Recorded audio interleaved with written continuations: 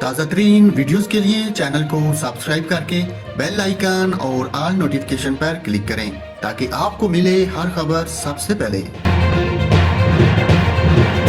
اور ناظرین، امریکہ میں 101 سالہ شخص نے بالآخر 84 سال بعد اپنے ہائی اسکول کی ڈگری حاصل کر لی۔ غیر ملکی میڈیا رپورٹس کے مطابق امریکی ریاست مغربی ورجینیا کے 101 سالہ میرل پٹمین کوپر نے بالآخر 1930 کی دہائی میں اسکول چھوڑنے کے بعد رواں ماہ تقریباً 84 سال کے انتظار کے بعد ہائی اسکول کی ڈگری حاصل کر لی۔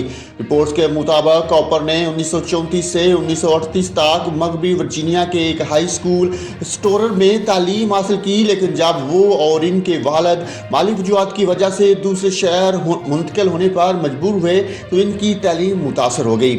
غیر ملکی میڈیا رپورٹ کے مطابق کوپر کے ہائی اسکول کے نصاب میں لاطینی، حیاتیات، تاریخ، انگریزی اور ریاضی کے مضامین شامل تھے اور وہ کالج جانے کی خواہش رکھتے تھے، تاہم قسمت نے ان کی اس خواہش کو پورا نہ ہونے دیا۔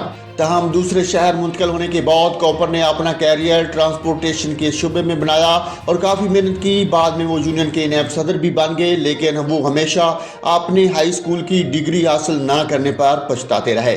بعد ازاں 2018 میں کوپر کے رشتہ داروں نے ان کا پچھتاوا دور کرنے کے لیے قوم سے رابطہ کیا، جنہوں نے مل کر ان کو اعزازی ڈگری دلوانے کی کوشش شروع کر دی۔